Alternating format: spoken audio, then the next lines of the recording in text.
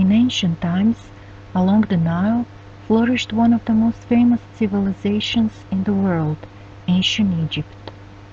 Artifacts of the ancient Egyptians are still extremely famous today, such as tomb of Tutankhamun, the bust of Nefertiti, and the pyramids in Giza. In their daily lives, the Egyptians were engaged in agriculture, cattle breeding, and crafts. In the spiritual life, the Egyptians were polytheists, according to the word poly, which means a lot, and theos, which means a god. The supreme god was AmonRa, the sun god who embodied two gods, Amon and Ra, and became the father of pharaohs. The most famous divine couple were Osiris and Isis.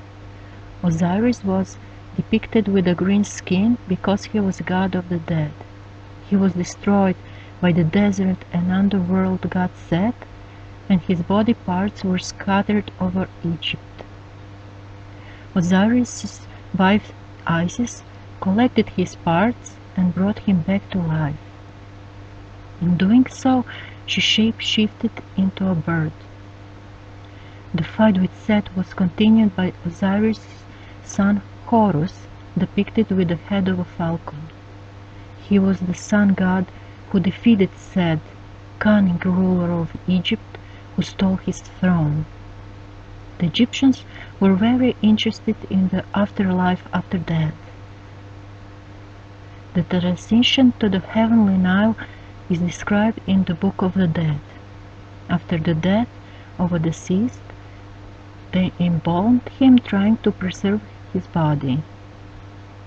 The process of embalming or mummification was done by Anubis, god of the underworld.